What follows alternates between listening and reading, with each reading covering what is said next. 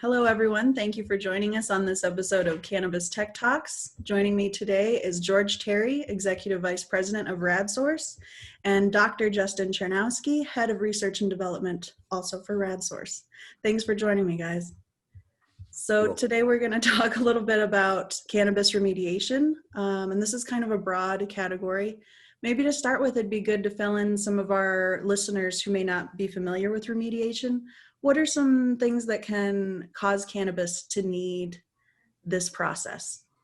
Well, during the cultivation, actually during the grow, cannabis and marijuana can actually pick up mold and yeast, powdery mildew, aspergillus, salmonella, E. coli, depending on if it's indoor or outdoor. And these are all pathogens that states regulate to make sure that that the flower itself is safe for consumption, whether it's being inhaled or whether it's put through a product that they might use the extract from. So the states will come back and make sure that there's no coliform forming units, CFU, or aspergillus in the product itself, so that it can be safely consumed by people that are immunocompromised, or people that might not be able to take such microbes into their bodies. Okay, great. So when a product needs to be remediated, there are a lot of different approaches you can use for this. How is RAD Source addressing that issue? So we use the same technology that they use in Canada and the Netherlands, and it's a very safe and effective technology that really has no impact on the terpenes or the cannabinoids of the product itself, because it uses light. So it uses the photon to go in and actually break the DNA chain. In fact, there's a picture of it behind us, of the microbe, so it can no longer reproduce. It doesn't do anything to affect the cannabinoids or the terpenes in the product, because that's not what we're targeting. We're targeting at a DNA level, the microbe itself. So it'll go in and destroy the microbe's DNA, so it cannot reproduce, much like they do for viral inactivation for like flu shots. And also we use it for sterile insect technique as well. But our big thing is blood. We use it.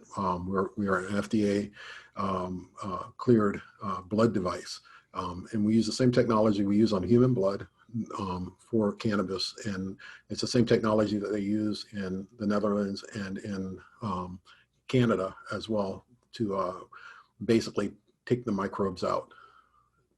And so if it's a light penetrating technology, how does it ensure that light is reaching all the little nooks and crannies of the product? Yeah, sure. So that's a great question. The thing that's nice about our technique is we're using the X-ray spectrum, the X-ray part of the electromagnetic spectrum, and the wavelengths there are small enough that you can actually get into those nooks and crannies, get through the large molecules that you want to preserve, like the terpenes and the cannabinoids. And it actually does, as George has said, target the DNA. The wavelength matches nearly perfectly. And it's a really neat technology that we kind of found rolls very well into cannabis we've been using in blood since this company started. And so I know people sometimes they hear the word X-ray and then there are certain associations that come up for them. Can you address some of those concerns and sort of tell me what's different about using it for cannabis as opposed to maybe in a medical setting? Right. So X-rays are a part of the electromagnetic spectrum. So the electromagnetic spectrum encompasses everything from radio waves, like cell phones, all the way up to gamma rays, which are cosmic rays. It all has to do with wavelength. So as you go up the electromagnetic spectrum, where you're looking at things like RF, microwaves, infrared, visible light, grow lights, UV, then you come upon X-rays. It's all wavelengths. So it's all photons, no matter what you look at. It's just that the wavelength of our photons are at such a small scale. We're at the same size of the atom, and we penetrate through material and hit and target the DNA. Whereas other technologies like visible light, for example, you look at your hand, photons hit your hand, they reflect back into your eye, and you see your hand. You see the colors in your hand. You can see paper is white. With us, instead of reflecting back at the surface, it goes through the the actual object itself, and it actually hits the DNA and the microbes. Okay, I see. And so that's not something that's going to affect the DNA of the cannabis itself or alter it in some way. It's just affecting the microbes. Right, because the microbes are living organisms, and after cultivation, the cannabis Yeah, is, the plant is dead, and so there's nothing really to alter in that regard. Also, you're talking about molecules that are much larger than the size of the wavelength that we're using. So kind of going back to that point, you're missing all the stuff that you care about to go after the DNA of the pathogens that you don't want in your product. I appreciate that. So I know there are a few different approaches, as you mentioned. Maybe you could help break down some of those. There's also like ozone, there's RF, which you mentioned. With ozone, there's no chemicals, right? Except for like the ozone itself, or is that considered a chemical? well, it's a chemical. I'll let Justin answer it, but remember, it's a matter of penetration and what it does to the product.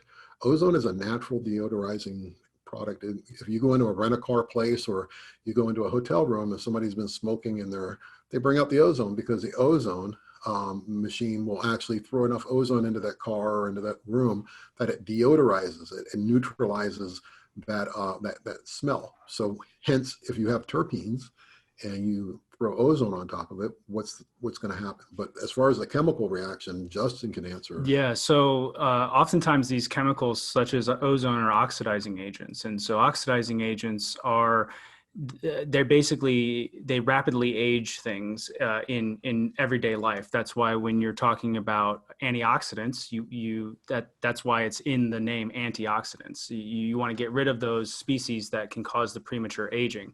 You see it in time in the sense like when fruit goes bad, part of that is an oxidation process. So what you're essentially doing is you're rapidly aging your material, and we've anecdotally seen and also seen results that go along with that.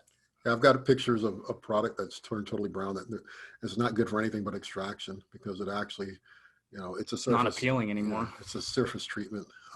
Yeah, and going back to what George was saying is that there's a reason they use it in rental cars and hotel rooms. It is a deodorizer, but again, the penetration is an issue, which is why those smells never quite go away. They try to do their best, but you're actually physically ripping things apart, and it's also a non-selective process. So anything that it sees, it goes after, and that could be the things when you were talking about altering the plant, altering the terpenes, altering the cannabinoids.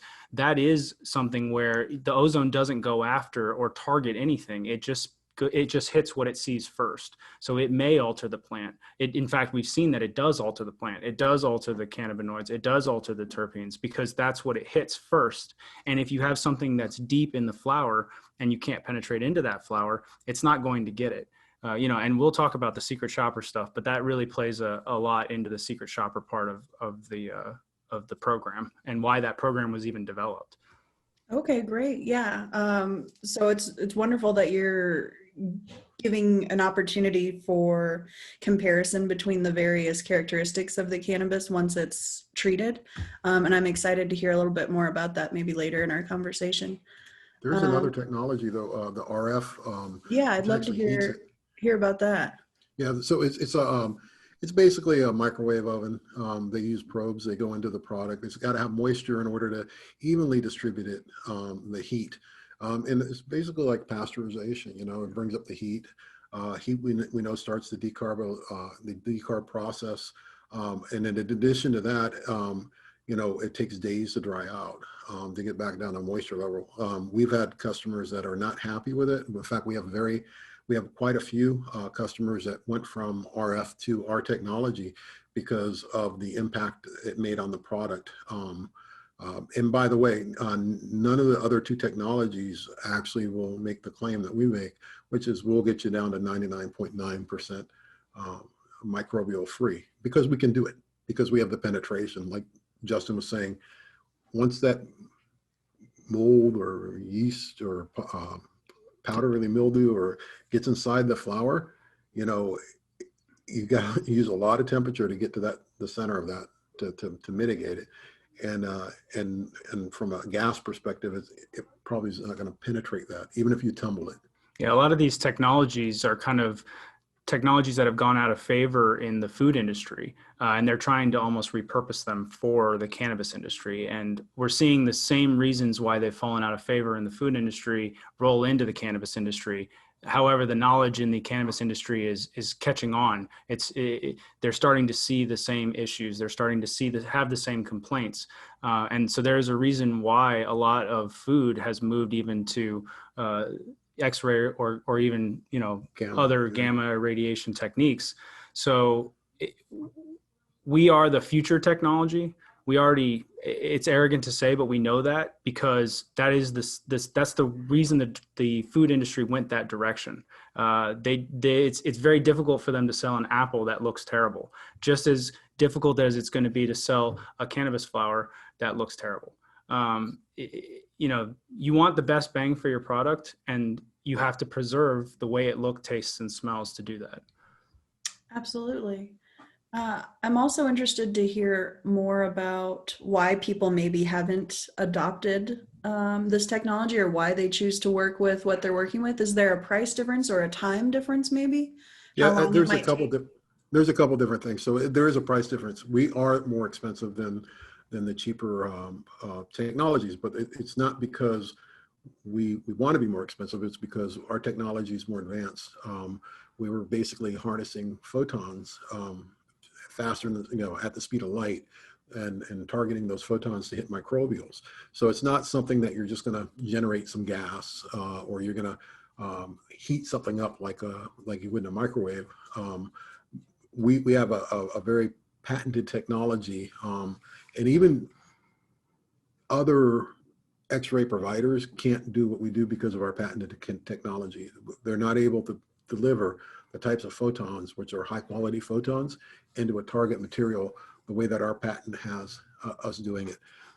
So that's why we're a little bit more expensive. On the other side, Also the thing that I like to talk about too is you get what you pay for in a variety of different reasons. Our industry is regulated. We have ISO 9001. We have FDA approval, especially on our on our blood machine. Only for blood. And yeah, on our blood machine.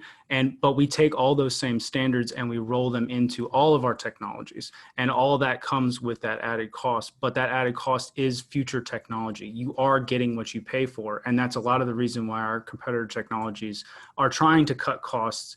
They do so in my opinion, not safe ways by maybe their sealants that they buy from the department store or something like that. I don't know, but they need to be chemically rated. There's just so many things when you're dealing with chemicals, because I am a chemist, that you have to take into account with FDA regulations, the EPA registration, all that stuff. Those are all things that need to really be taken into consideration, that in my opinion, I don't think we need to really address those kind of things and be professional about them too. And there's also a stigma too. Our competitors especially are the ones that boast most of it. But, when people hear that you're using X-rays, they think, oh, it's going to be radioactive, and it's a farce. So basically what happens is we emit photons out of an emitter in the X-ray spectrum. Those are photons that once they hit the target or they're absorbed into the target, they break the DNA, or they go through the material, they basically dissipate. It does not make the product radioactive. It's just like when you go to the doctor and you get an X-ray, or the dentist, you get an X-ray. They don't want you to be exposed for a long period of time because you're alive. You're alive. Yeah, you don't. But you don't feel anything. The photons go right through. You're not radioactive when you walk away. Yeah. I don't think anybody's ever went to the dentist, gotten a mouth X-ray, and walked away thinking they were radioactive. It's the exact same technology. Or even the airport. In fact, the scanners. In fact, that's how the state regulating bodies look at us, is like dental X-rays when you're installing them. Oftentimes, with our machines, you have to register with the state that you have an X-ray device. That's it. It's just a simple registration process that we walk you through. And if you're, I know some people are scared to go to the dentist, but if you're comfortable going to the dentist, you should be very comfortable around our machines. It's all light. That's it. Once the light hits you, if I shine a flashlight on Justin right now, you're going to see his face light up, and then it's going to disappear because the light goes away. And is there a time difference in how long these technologies take to treat like a Yes. similar batch? So we do take, depending on the size of the unit, we take a couple hours to remediate, depending on, you know, the type of unit. However, that's it from start to finish, you know, and we're in a sealed bag environment. So once you seal it, you throw it in our unit, you pull it out in the sealed bag, nothing gets reintroduced to that product.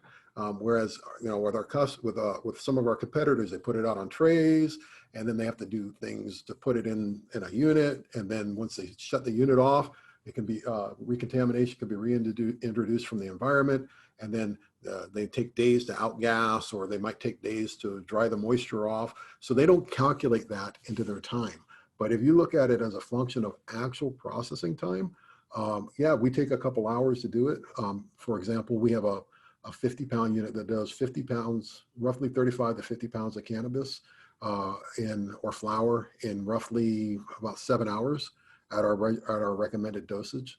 But we've had customers that have brought that down to 5 and 4 hours based on their strain. So once you understand your strain and your microbial loads, you're able to do adjustments within the time, and you'll know the exact dose. It's just like medicine, you know. It's like, you know, we know exactly how many photons or what dose of photons to give this strain and this product in order to get it to too few to detect.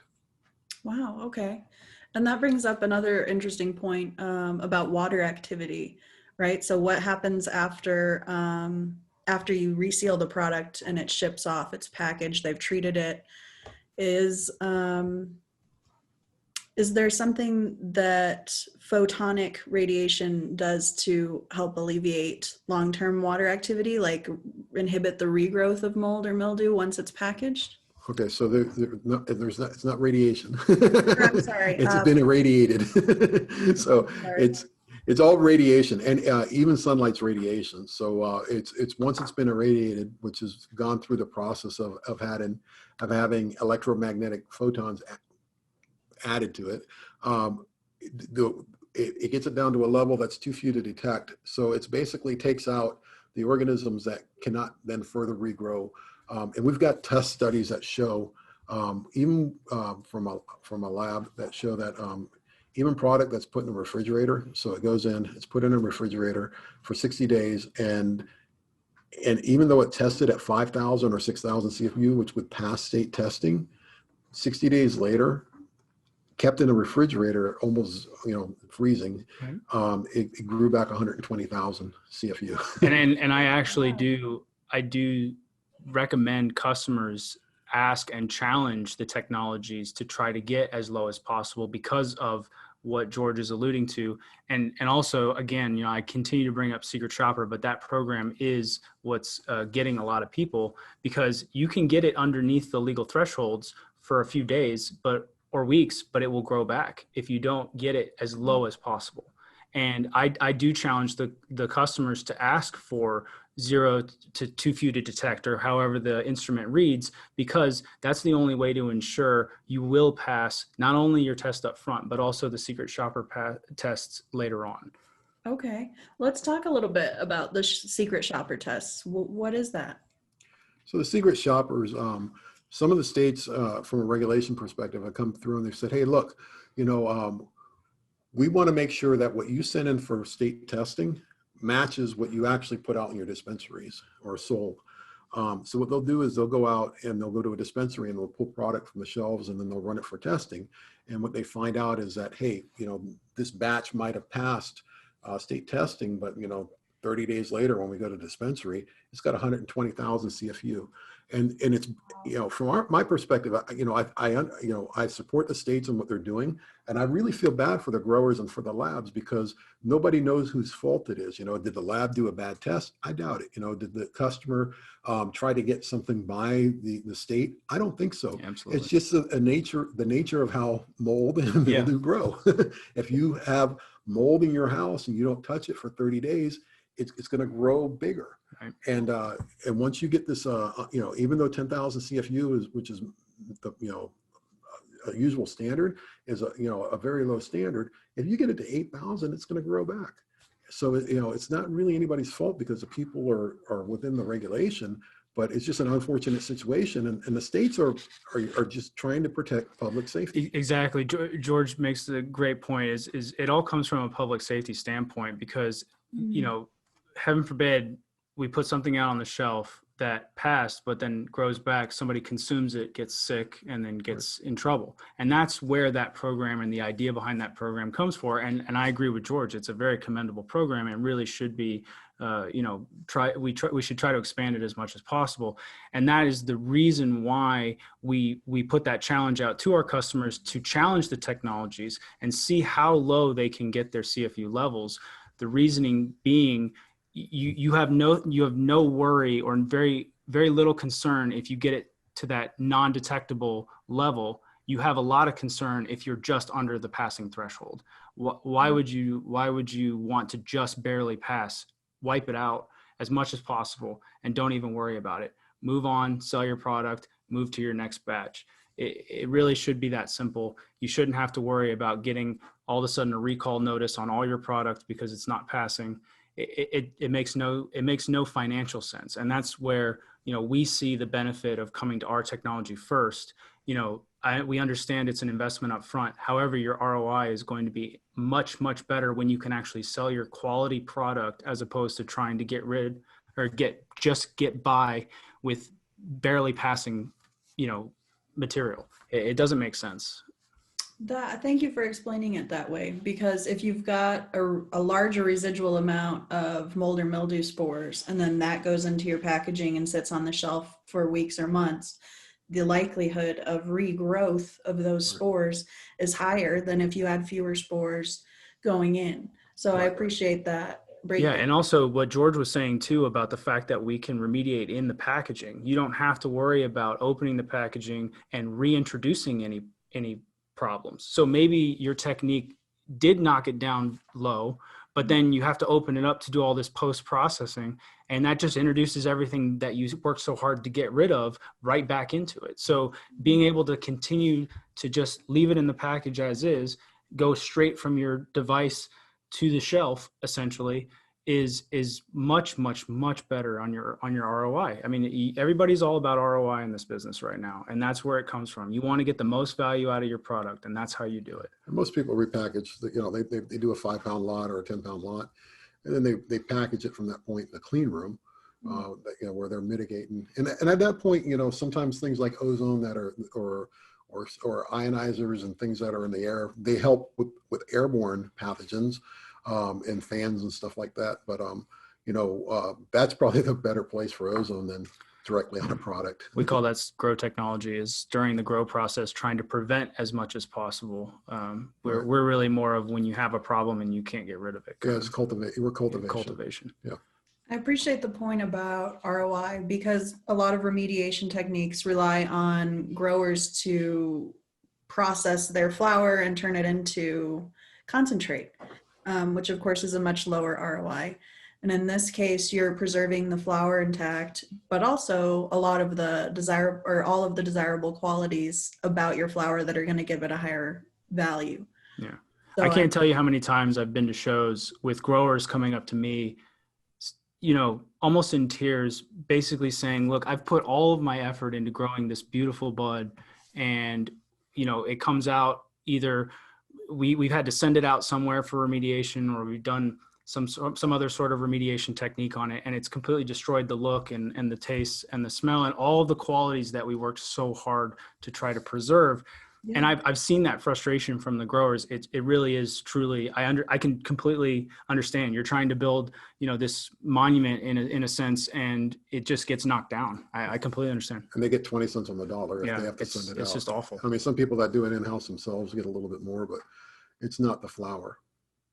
Well, so it sounds like you have a lot of reasons to have entered the industry, one of which it sounds like is public safety.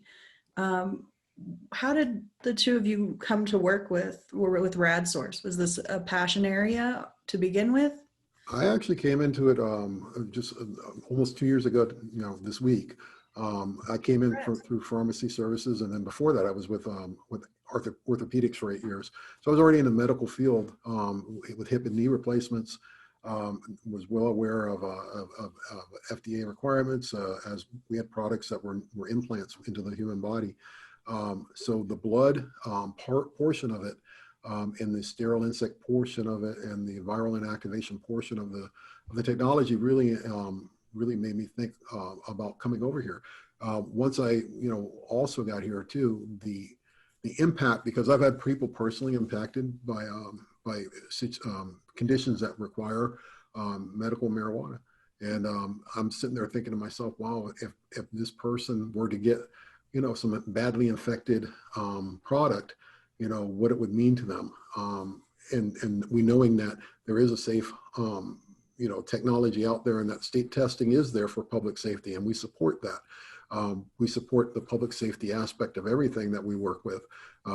We stop people from getting graft versus host disease, with our blood products.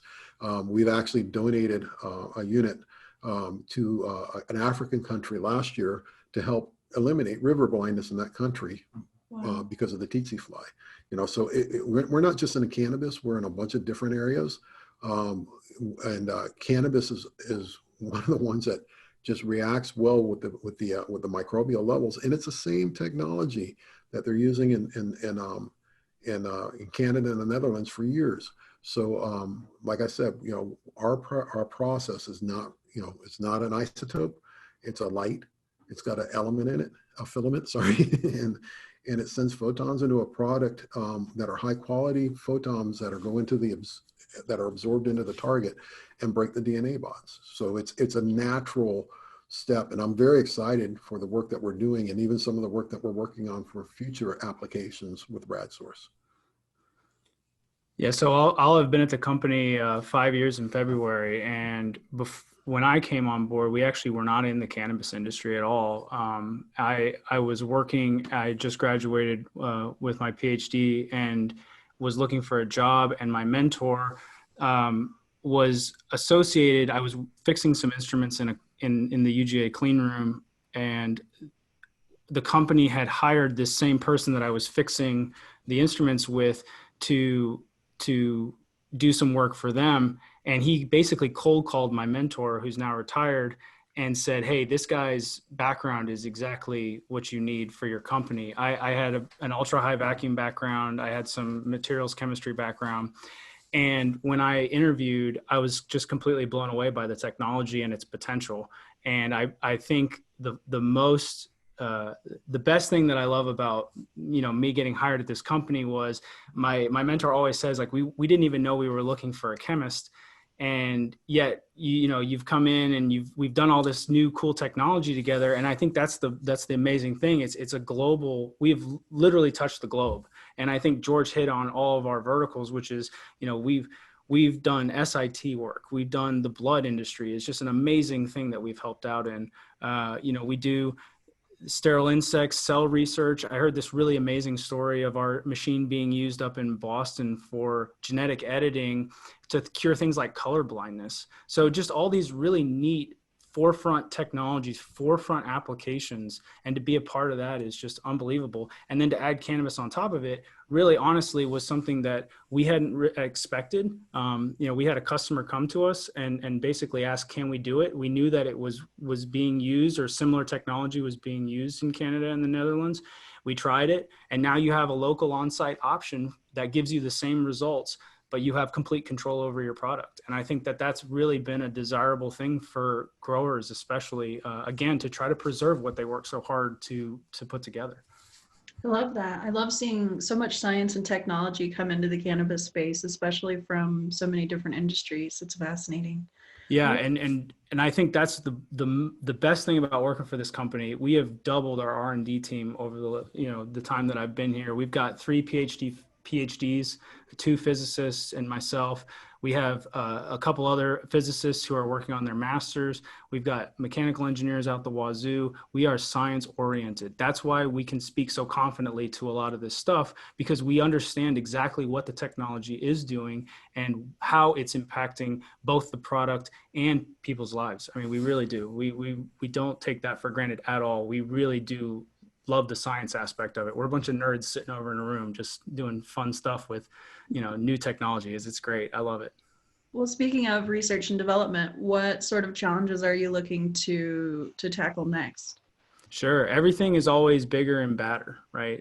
That's the nice thing about our technology, because we do have this patented technology, is we just have this amazingly efficient unit. And so new designs, new machines, we're always constantly looking to push those boundaries to the next bigger, badder thing. You know, we want as many photons as possible. We understand that's what people want, especially in the cannabis industry, and we're going to try to deliver as best we can. I love it. And where can people learn more about RAD Source and what you're doing? So, you can go to radsource.com on the internet, and we have a lot of information. Our marketing team's done a tremendous job on the marketing of our different products. You can contact us there. In addition, we have some social media All the social outlets. media. Yeah, they're available on the website as well. So, we can put out information that gives you those links. But, just the bottom line is when we're looking at a remediation technology, pathogens are a part of life. We're breathing these things now, and with our current situation, we know of things that are floating around in the air as well. So, what we need is a good technology that, in fact, we've got a unit right now that's one of our big viral units that's over in Germany being used to help develop Vaccines. vaccines for Ebola. And we work closely with the universities. We just actually sent a unit to Wuhan University for them to do research over there. So, we're a proven technology company. Yes, we are a little bit more expensive than the cheaper alternatives, but it's because we actually have a science behind our method that works. And it's not just I think I'll try this other technology that was used on oranges or walnuts or almonds, and see if it works on cannabis without impacting the value adds, like the cannabinoids, the terpenes, the moisture, the look, and just the overall output of the product. And we have plenty of customers that stand by our claims. Yeah. Plenty of test results that can show that we get down to too few to detect. Yeah, I mean, we've gone to again. I always love talking to the cultivators and the growers at the shows, and I can't tell you how many times people have said, we kind of made a mistake. We went to the competitor technologies. We were desperate. We completely understand, but I'm telling you, you got to look at the proven technology. There's a reason why people keep coming back to us, and it's not because we look good. Trust me, it's not that. So maybe for George, but but it really is. We really do try so hard to put all the science and technology that we have at our disposal with this company, behind it, and it's proven out really well. I get it. People are desperate. People want to go find the quick solution, but trust me, sometimes that's not the best solution. And we're harnessing. I like to call it cold lightning. We're harnessing lightning within our reach, and the photons that we put out, and the level of dose that we put into our product is just perfect for the cannabis industry, because it's microbes, and microbes, like we say, microbes hate us. No matter what the industry, microbes hate us, and we're able to go in and stop them from reproducing every time with the proper dose. Right. Wow. Well, I really learned a lot, and I appreciate so much you sharing your insights with me and with our listeners. For Cannabis Tech Talks, this has been Patricia Miller, George Terry, and Dr. Justin Czerniawski. Thank you for joining us. If you enjoyed today, please subscribe. We're on iHeartRadio, Apple, Spotify, Stitcher, or wherever you get your podcasts. Please check out the next Emerge Cannabis Conference. And also, you guys are doing the ERRL Cup in January, is that right? That is correct, I'm being told. All right, January 9th in Mesa, Arizona. Keep a lookout for the ERRL Cup. Thanks, you guys. And until next time, this has been Cannabis Tech Talks. I'm Patricia Miller, signing off. Thank you for listening to Cannabis Tech Talks. This episode is brought to you by Fluence. Fluence creates lighting solutions for controlled environment commercial crop production. This means cannabis cultivators are able to get denser and more potent flower with enriched cannabinoid, terpene, and flavonoid profiles by gaining greater control over your light spectrum and intensity. Fluence applies the latest research in photobiology, evidence-based design, and advanced technology to foster a healthier and more sustainable world.